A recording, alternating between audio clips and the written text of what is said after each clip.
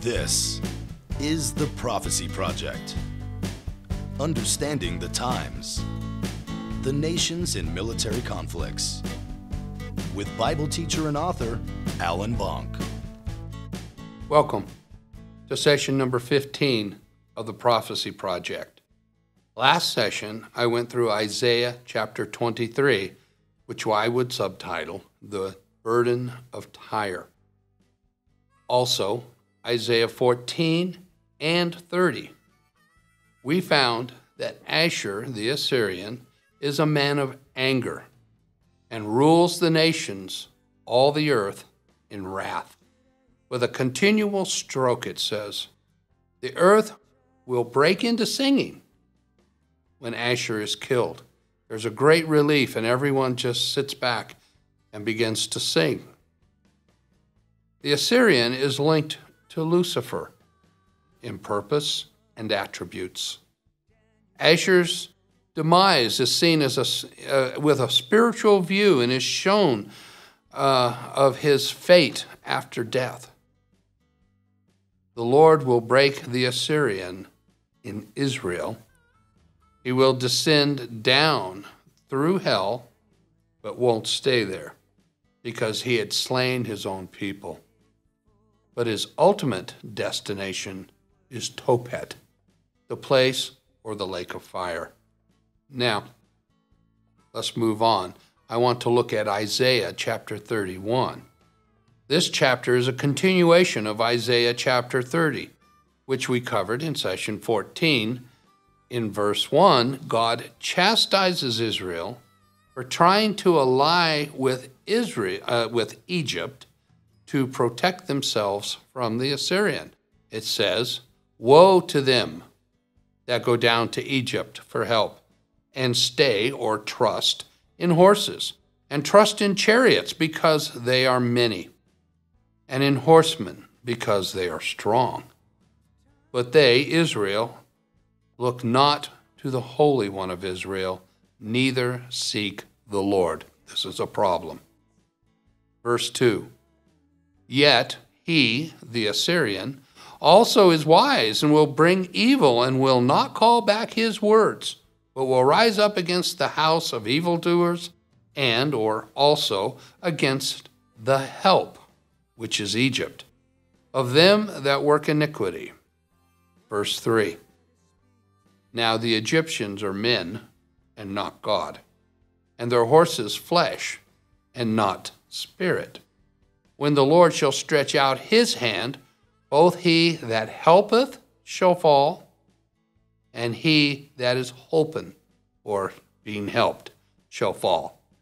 And they all shall fail together. This whole thing, Egypt and Israel, is going to fall flat. The destruction of Egypt by the Assyrian, later in this session, we will see that. Verse 4, for thus saith the Lord, for thus hath the Lord spoken unto me. Like a lion and a young lion roaring on his prey, when a multitude of shepherds is called forth against him, the Lord, he will not be afraid of their voice, nor abase himself for the noise of them.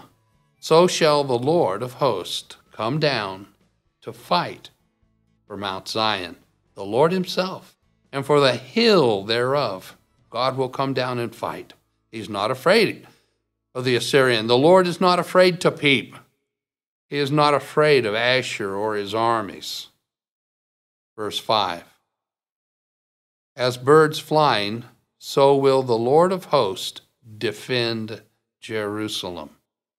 Defending also will he deliver it. He will get it back for himself. And passing over, he, the Lord, will preserve it. He's got a future for Israel. Verse 6, turn ye unto him from whom the children of Israel have deeply revolted.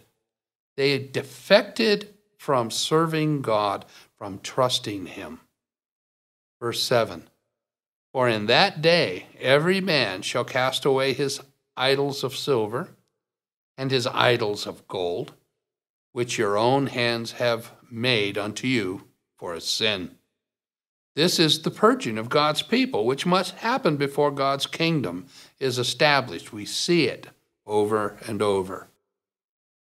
Verse 8, then, at that time, shall the Assyrian fall with the sword, not of a mighty man, and the sword not of a mean man, shall devour him.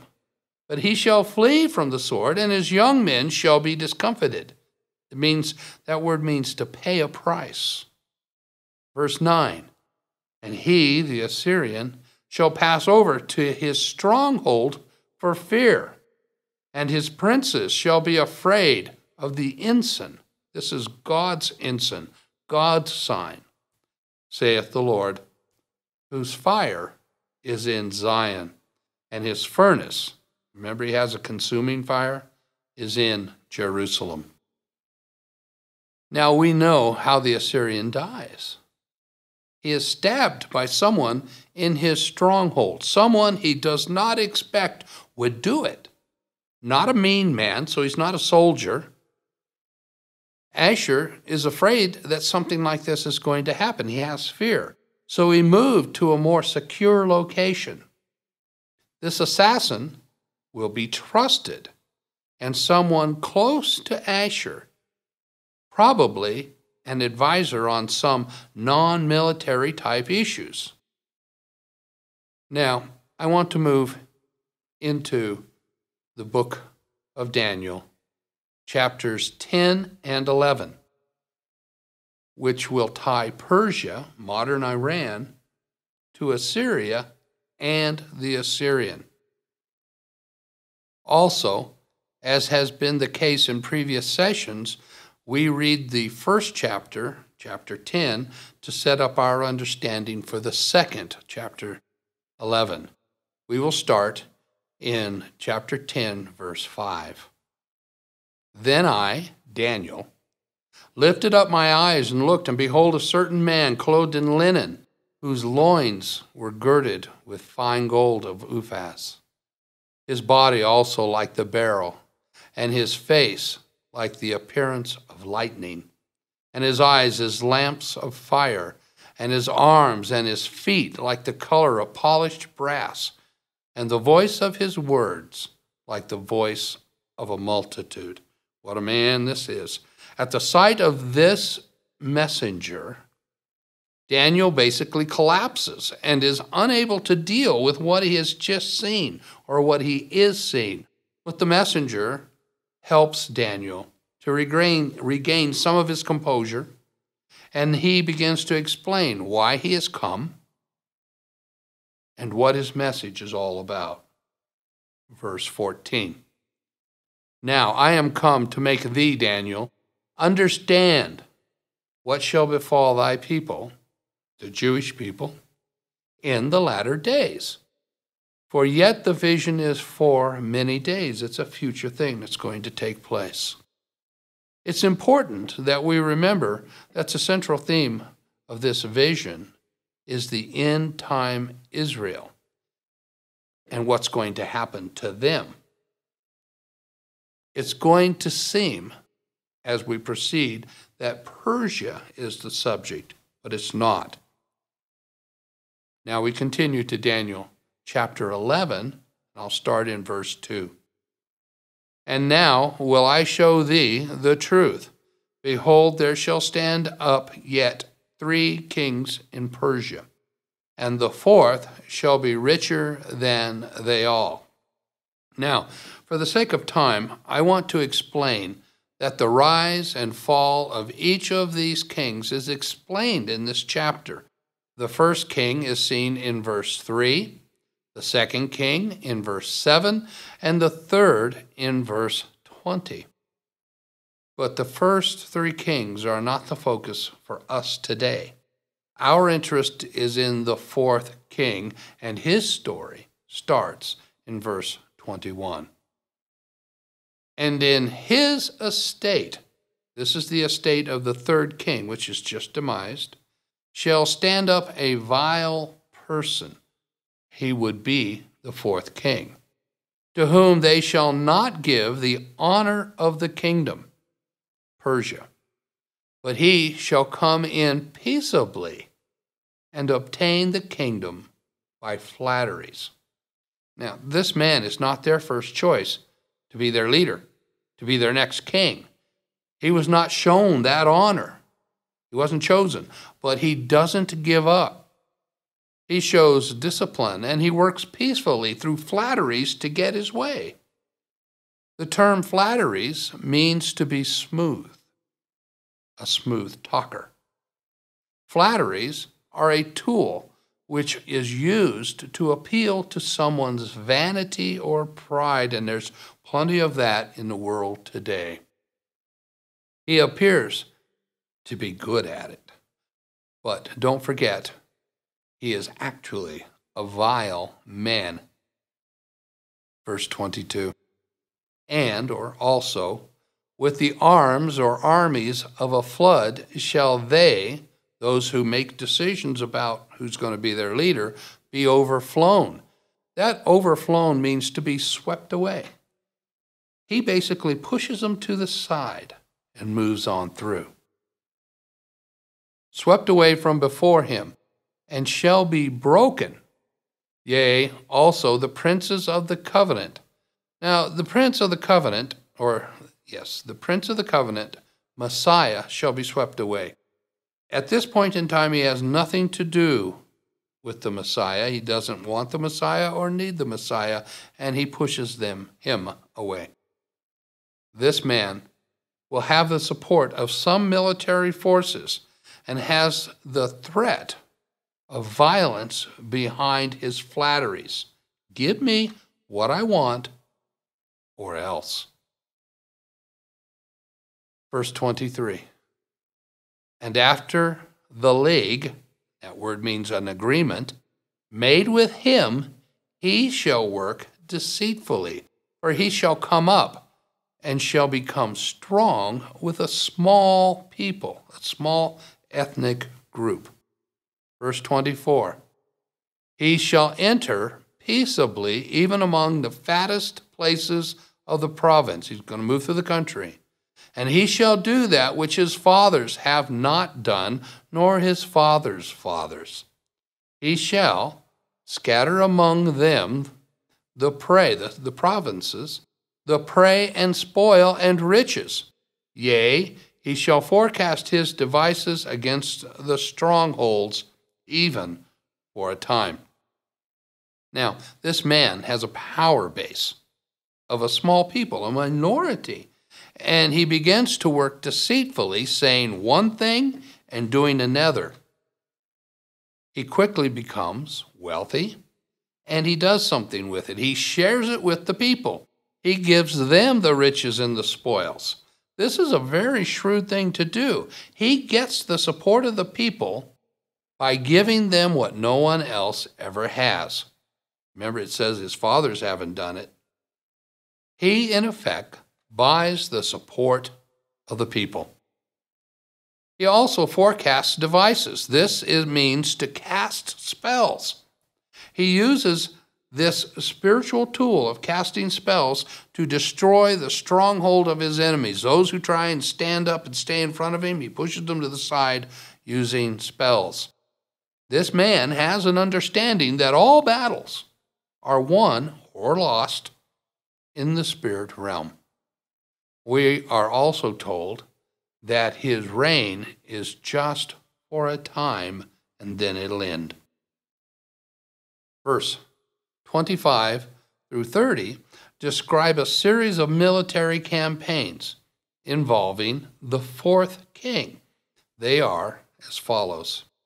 Verse 25, and he, the vile king, shall stir up his power and his courage against the king of the south. That's understood to be Egypt.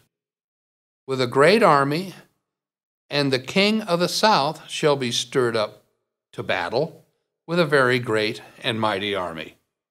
But he, the king of the south, shall not stand, for they shall forecast devices against him. He is beaten in the spirit by this man, by the vile man. Yea, they that feed of the portion of his meat shall destroy him, and his army shall overflow or be overflown, and many shall fall down slain. His own people, in his own cabinet, in his own country, will turn against the king of the south and cause the defeat of Egypt. And it says that both of these kings' heart shall be to do mischief, and they shall speak lies at one table, but it shall not prosper, for yet the end shall be at the time appointed. This is the scripture that talks about how they just lied to each other, and they were disguising the fact that they really wanted to go to war. The king of the south loses. Then, after this battle, shall he, the vile king, return to his land with great riches, and his heart shall be against the holy covenant, God's covenant that he has with the Jews and with the Christians. And he shall do exploits. He's flying pretty high. And return to his land from Egypt. Verse 29. At that time appointed, the vile king shall return and come towards the south, not to Egypt, but towards the south, down into the Holy Land. But it shall not be like the former time when he went to Egypt, or as the latter. This makes 3 trips. One to Egypt, this one towards the south, which he's making right as we're reading, and then one that's called the latter or the last trip. Verse 30. For the ships of Chittim shall come against him, the vile king. Therefore he shall be grieved and return. He goes home afflicted and grieved, and shall have indignation against the holy covenant, against God's covenant with his people. So shall he do. He shall return and have intelligence, or have intelligence meetings with them that forsake the holy covenant. I want to stop right there. Those who know the covenant are Christians or Jews. Well, the Jews are in Israel, and the Christians, by and large, nations, are in Europe. And he goes to those who were Christian nations who have forsaken that and forsaken the holy covenant. Verse 31. The arms or armies shall stand on his part. They're going to support him. And they shall pollute the sanctuary of strength. This is the Jewish temple. And take away the daily sacrifice. And they shall place the abominations that make it desolate. This ties this right into the New Testament and to Jesus' return.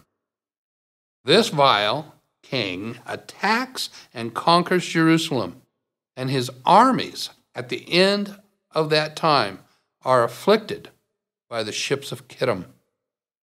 We also know that Asher, the Assyrian from previous session, attacks and conquers Jerusalem at the end of time, same time, and also is afflicted by the ships of Chittim. The fourth Persian king, is in fact the Assyrian. You ask yourself, how can the Assyrian be a Persian? Well, remember that he comes from a small people within Persia. Today, the Assyrians are a minority in Iran or Persia. So he is ethnically Assyrian, but his citizenship is Persian or Iranian. The Assyrians still inhabit the Lake Urmia area in the north part of Iran today. Persians are not a people like the Assyrians, but rather you are a Persian because you live in Persia. It's called the perfect land. That's what Persia is. Today, the Assyrians have a seat in the Iranian parliament dedicated or reserved only for an ethnic Assyrian. I want to stop here. I need to stop at this point. But in the next session, I will continue and finish Daniel chapter 11, which will include what I call the Armageddon sequence. Thank you. This was only one session of many. Be sure to continue watching the Prophecy Project series. If you would like to read more information on this subject, you can find Alan's books on Amazon.com.